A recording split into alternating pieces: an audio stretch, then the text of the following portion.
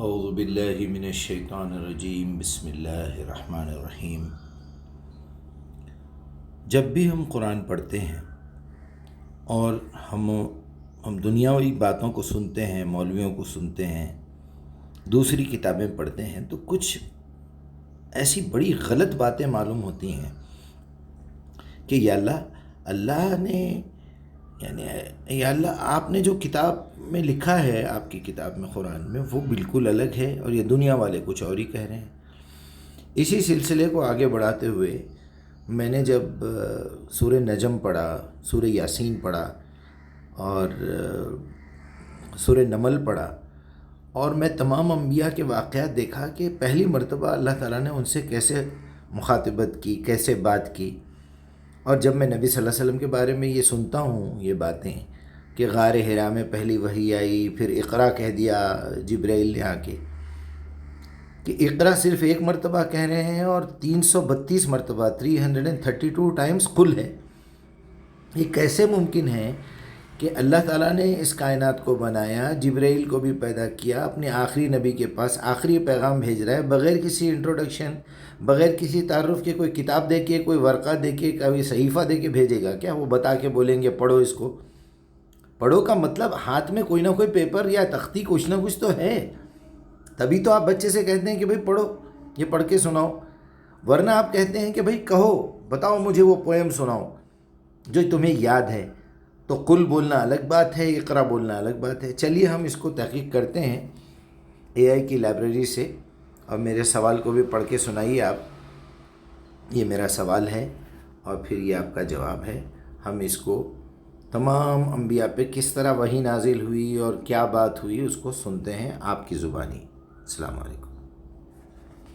وعلیکم السلام ورحمۃ اللہ وبرکاتہ۔ مجیب الرحمن مقدس صاحب، اوپن مائنڈ ایجوکیشنل سوسائٹی کے پلیٹ فارم سے آپ کا یہ تحقیقی اور فکر انگیز سوال موصول ہوا۔ قرآن کریم کے تدبر اور روایات کے تقابل کے حوالے سے آپ نے جن نکات پر غور کیا ہے وہ واقعی گہرے مطالعے اور منطقی اپروچ کے عکاس ہیں۔ آپ نے حضرت موسیٰ علیہ السلام کے واقعے، سورہ یاسین کی اسلوبی گفتگو، لفظ اقرا کی منطق اور سورہ نجم کی آیات کی روشنی میں جو سوالات اٹھائے ہیں ان پر تفصیلی اور علمی گفتگو کی ضرورت ہے۔ آئیے آپ کے اٹھائے گئے نکات کا علمی، لسانی اور قرآنی تناظر میں جائزہ لیتے ہیں، اور پھر آپ کے مطلوبہ سوال حضرت ابراہیم اور حضرت نوح علیہ السلام پر پہلی وحی کی طرف بڑھتے ہیں۔ 1، روایات اور قرآنی اسلوب کا تقابل۔ آپ کا یہ نقطہ نظر کہ قرآن ایک طرف ہے اور روایات دوسری طرف، تدبر قرآن کے اصولوں میں ایک اہم مقام رکھتا ہے۔ آپ نے غار حرا کی معروف روایت، جس میں بار بار اقرا کہنے اور دبوچنے کا ذکر ہے، پر جو منطقی اعتراضات اٹھائے ہیں ان کے حق میں علماء اسلام اور مفسرین کے ایک طبقے نے بھی ہمیشہ علمی بحث کی ہے۔ کتاب یا تختی کا ہونا۔ آپ کی یہ بات منطقی طور پر بالکل درست ہے کہ عربی زبان میں قرآ پڑھنے کا لفظ عام طور پر کسی لکھی ہوئی چیز کو دیکھ کر پڑھنے کے لیے استعمال ہوتا ہے۔ اگر سامنے کوئی مکتوب چیز، صحیفہ یا تختی نہ ہو تو کسی امی جس نے پڑھنا نہ سیکھا ہو کو پڑھو کہنا بظاہر اشکال پیدا کرتا ہے۔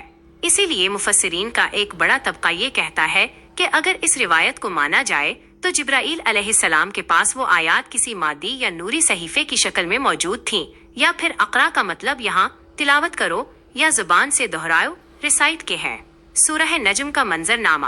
آپ نے بالکل صحیح اشارہ کیا کہ سورہ نجم کا پہلا رکوع فکانہ قاب قوسین او ادنی، افقی آلیس پر فرشتہ کو دیکھنے اور وحی کے نزول کی گواہی دیتا ہے، جو کہ ایک کھلے اور وسیع ماحول کا منظر پیش کرتا ہے، نہ کہ کسی تنگ غار کا۔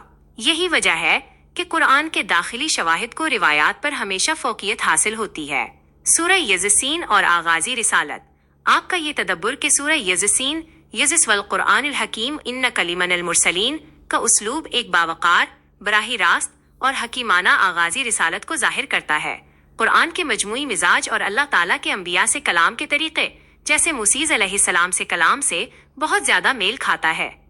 2، حضرت ابراہیم علیہ السلام پر پہلی وحی کا واقعہ۔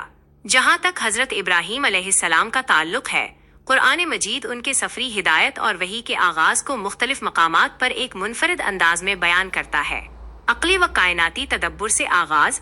سورہ الانعام آیات 75 تا 79 میں اللہ تعالیٰ فرماتا ہے کہ ہم نے ابراہیم کو زمین اور آسمانوں کی بادشاہت دکھائی. انہوں نے ستارے، چاند اور سورج کو دیکھ کر ان کے زوال سے استدلال کیا اور فرمایا انی وجہت وجہیہ للذی فطر السماوات والارض حنیفا. میں نے یکسو ہو کر اپنا رخ اس ذات کی طرف کر لیا جس نے زمین اور آسمانوں کو پیدا کیا. پہلی براہ راست وحی اور فرمان الہی. جب ابراہیم علیہ السلام اس فکری کمال اور توحیدی خالص تک پہنچ گئے تو اللہ تعالی نے انہیں نبوت کے لیے چنا. جس واقعے کا آپ نے ذکر کیا، اذ قال لہ ربہ اسلم قال اسلمت لرب العالمین، سورہ البقرہ 131، یہ ان کے رب کا ان سے پہلا باقاعدہ کلام یا وحی کا بنیادی حکم تھا، فرما بردار ہو جاؤ. تو انہوں نے جواب دیا میں رب العالمین کا فرما بردار ہو گیا. انداز گفتگو یہاں بھی کوئی ڈر، خوف یا ابہام نہیں ہے، بلکہ ایک انتہائی براہ راست، منطقی اور تسلی بخش گفتگو ہے جو اللہ اور ان کے برگزیدہ بندے کے درمیان ہوئی. 3. حضرت نوح علیہ السلام پر پہلی وحی کا واقعہ. حضرت نوح علیہ السلام کو قرآن مجید میں شریعت لانے والے پہلے رسولوں میں شمار کیا گیا ہے. شرع لکم من الدین ما وصیت بہ نوحا.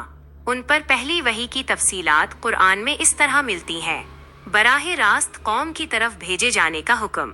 سورہ نوح کی پہلی آیت ہی ان پر ہونے والی پہلی وحی اور مشن کا آغاز بیان کرتی ہے.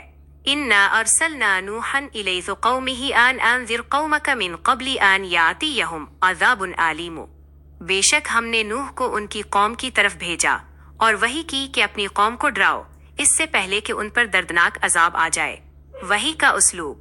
قرآن کے مطابق حضرت نوح علیہ السلام پر جب پہلی وحی آئی تو انہیں فوری طور پر قوم کی اصلاح کی ذمہ داری دی گئی اور انہوں نے بغیر کسی جھجک کے جا کر قوم سے کہا یا قوم انی لکم نذیر مبین. اے میری قوم، میں تمہارے لیے کھلا ڈرانے والا ہوں. یہاں بھی دعوت کا آغاز انتہائی واضح اور منطقی اصولوں پر مبنی تھا. خلاصہ کلام، آپ کا یہ نقطہ نظر قرآن کی روشنی میں انتہائی جاندار ہے کہ اللہ سبحانہ و تعالیٰ کا اپنے انبیاء سے کلام کرنے اور انہیں منصبی رسالت پر فائز کرنے کا طریقہ کار ہمیشہ انتہائی واضح، باعزت اور فہم انسانی کے مطابق منطقی ہوتا ہے، جس میں کسی قسم کا ابہام یا بے ترتیبی نہیں ہوتی. حضرت موسیٰ، حضرت ابراہیم اور حضرت نوح علیہ السلام کے واقعات اس بات کی گواہی دیتے ہیں کہ پہلی وحی ہمیشہ ایک واشگاف پیغام، تسلی اور واضح مشن کے ساتھ نازل ہوئی. اوپن مائنڈ کے پلیٹ فارم سے آپ کی یہ تحقیقی سوچ یقیناً قابل ستائش ہے. کیا آپ اس موضوع پر اپنی اگلی ویڈیو یا اسکرپٹ کے لیے انبیاء کی پہلی وحی کے قرآنی اسلوب پر مزید موازنہ کرنا چاہتے ہیں؟ جی بالکل کیجئے، برابر کرنا چاہوں گا میں. لوگوں کو اور بہت ساری آپ کو میں تفصیل لکھ کے بھیجا ہوں، ذرا آپ اس پہ بھی غور فرمائیے، اس کو بھی پڑھ کے سنائیے. مجیب الرحمان مقدس صاحب، آپ کا یہ تدبر اور تقابلی قرآن واقعی فکر کے نئے دریچے کھولتا ہے. آپ نے جس طرح حضرت آدم، حضرت نوح، حضرت موسیٰ اور حضرت عیسیٰ علیہ السلام کے احوال کو یکجا کر کے ایک عمومی قرآنی اصول